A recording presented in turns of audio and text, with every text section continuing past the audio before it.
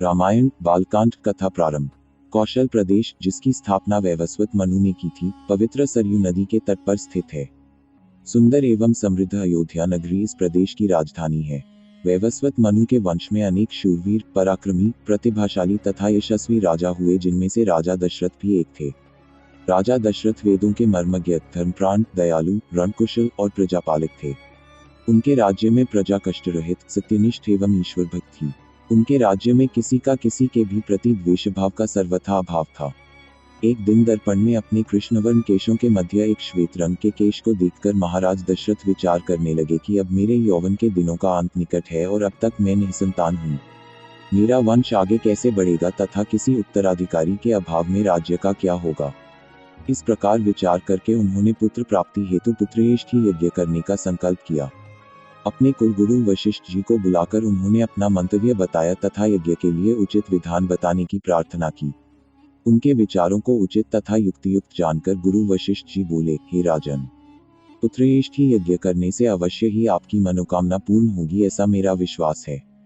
अतः आप शीघ्रातिशीघ्र अश्वमेध यज्ञ करने तथा इसके लिए एक सुंदर श्यामकर्ण अश्व छोड़ने की व्यवस्था करें।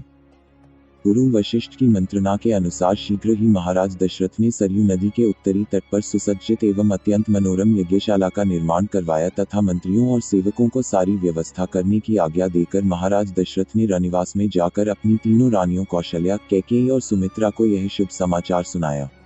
महाराज के वचनों को सुनकर सभी रानियां प्रसन्न हो गईं। राम का जन्म। मंत्रीगणों तथा सेवकों ने महाराज की आज्ञानुसार श्यामकर्ण घोड़ा चतुरंगिनी सेना के साथ छुड़वा दिया। महाराज दशरथ ने देश देशांतर के मनस्वी, तपस्वी, विद्वान ऋषि मुनियों तथा वेदविज्ञ प्रकांड पंडितों को यज्ञ संपन्न कराने के लिए बुलावा भेज दिया। निश्चित समय आने पर समस्त अभ्यागतों के साथ महाराज दशरथ अपने गुरु वशिष्ठ जी तथा अपने परम मित्र अंग देश के अधिपति लोभपाद के जामाता ऋग ऋषि को लेकर यज्ञ मंडप में पधारे। इस प्रकार महान यज्ञ का विधिवत शुभारंभ किया गया। संपूर्ण वातावरण वेदों की ऋचाओं के उच्च स्वर में पाठ से गूंजने तथा समिधा की सुगंध से महकने लगा। समस्त पंडितों, ब्राह्मणों, ऋषियों आदि को यथोचित धन धान्य, गौ आदि भेंट करके सादर विदा करने के साथ यज्ञ की समाप्ति हुई।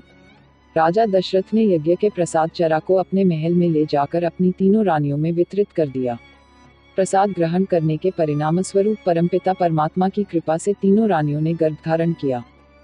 जब चैत्र मास के शुक्ल पक्ष की नवमी तिथि को पुनर्वसु नक्षत्र में सूर्य, मंगल, शनि, बृहस्पति तथा शुक्र अपने अपने उच्च स्थानों में विराजमान थे, कर्क लग्न का उदय होते ही महाराज दशरथ की बड़ी रानी कौशल्या के गर्भ से एक शिशु का जन्म हुआ, जो कि श्यामवर्ण, अत्यंत तेजोमय, परम कांतिवान तथा अद्भुत सौंदर्यशाली था। उस शिशु को देखने वाले ठगे से रह जाते थे। इसके पश्चात शुभ नक्षत्रों और शुभ घड़ी में महारानी कैकेयी के एक तथा तीसरी रानी सुमित्रा के 2 तेजस्वी पुत्रों का जन्म हुआ। संपूर्ण राज्य में आनंद मनाया जाने लगा। महाराज के 4 पुत्रों के जन्म के उल्लास में गंधर्व गान करने लगे और अप्सराएं नृत्य करने लगी। देवता अपने विमानों में बैठकर पुष्प वर्षा करने लगे। महाराज ने उन्मुक्त हस्त से राजद्वार पर आए हुए भाट चारण तथा आशीर्वाद देने वाले ब्राह्मणों और याचकों को दान दक्षिणा दी। पुरस्कार में प्रजाजनों को धन धान्य तथा दरबारियों को रत्न, आभूषण तथा उपाधियां प्रदान किया गया। चारों पुत्रों का नामकरण संस्कार महर्षि वशिष्ठ के द्वारा कराया गया तथा उनके नाम रामचंद्र, भरत, लक्ष्मण और शत्रुघ्न रखे गए। आयु बढ़ने के साथ ही साथ रामचंद्र गुणों में भी अपने भाइयों से आगे बढ़ने तथा प्रजा में अत्यंत लोकप्रिय होने लगे। उनमें अत्यंत विलक्षण प्रतिभा थी, जिसके परिणाम स्वरूप अल्पकाल में ही वे समस्त विषयों में पारंगत हो गए। उन्हें सभी प्रकार के अस्त्र शस्त्रों को चलाने तथा हाथी, घोड़े एवं सभी प्रकार के वाहनों की सवारी में उन्हें असाधारण निपुणता प्राप्त हो गई। वे निरंतर माता पिता और गुरुजनों की सेवा में लगे रहते थे। उनका अनुसरण शेष 3 भाई भी करते थे। गुरुजनों के प्रति जितनी श्रद्धा भक्ति इन चारों भाइयों में थी, उतना ही उनमें परस्पर प्रेम और सौहार्द भी था।